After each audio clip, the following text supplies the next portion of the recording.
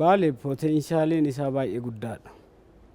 Yeroo duriititti yeroo nu hojjennu san wanni rakkanne daandiin hin jiru.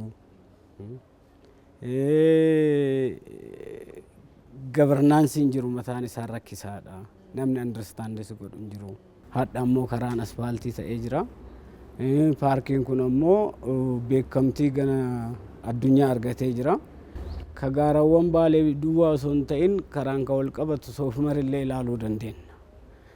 Holqi sun akkuma addunyaa Afrikaatitti akka addunyaa yoo fudhanne kiiloomeetira 15 qabxii takka wayitu holqa san keessa deemamuu danda'ama.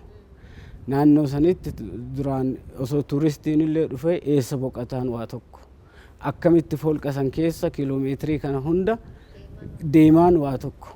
Kanaaf kun ilaalcha dhabsiiseera. Amma achi keessatti baaburatu hojjetama yoo jedhame kan gurri keenya dhaga'u nuuyyuu it is almost Awurooppaadhaan maaliin addaan jirra ka jedhutu nutti dhagama beeyte.